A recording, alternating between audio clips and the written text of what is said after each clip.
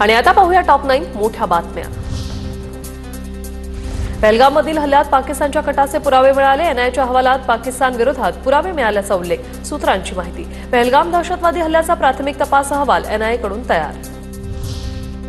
पहलगाम हल्ल्यानंतर भारतावर 6 दिवसात 10 लाख सायबर हल्ले झाल्याचं महाराष्ट्र सायबर सेलच्या इकोज ऑफ पहलगाम अहवालातून समोर। पाकिस्तानसह मध्यपूर्व, मोरोक्को, बांगलादेश आणि इंडोनेशियातील इस्लामिक सायबर गटांचा हात असल्याची माहिती। काँग्रेसच्या कार्यकारिणीची आज बैठक। मल्लिकार्जुन खरगेंच्या अध्यक्षतेखाली होणाऱ्या बैठकीत पहलगाम हल्ल्यासह इतर मुद्द्यांवर होणार चर्चा। काँग्रेस शासित मुख्यमंत्र्यांना बैठकीला उपस्थित राहण्याच्या सूचना।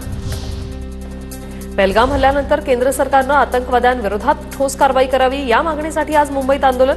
प्रकाश आंबेडकर यांचं उद्धव ठाकरे, बाळासाहेब थोरात यांना पत्राद्वारे निमंत्रण।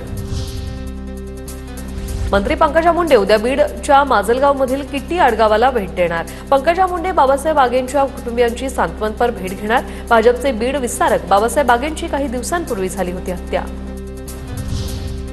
नवी मुंबईत शिंदेंच्या शिवसेनेकडून ठाकरेंच्या सेनेला धक्का।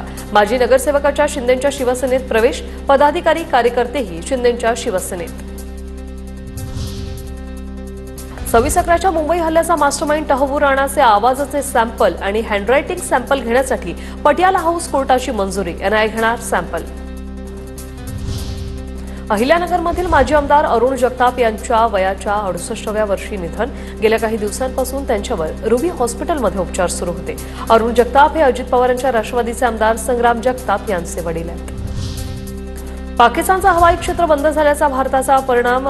महाराष्ट्र गुजरातच्या क्षेत्रात एअर ट्रॅफिक। अमेरिका, मध्यपूर्व, युरोप, पश्चिम आशियातील शहरांना जाण्यासाठी महाराष्ट्राच्या आणि काही प्रमाणात गुजरातच्या हवाई क्षेत्राचा वापर।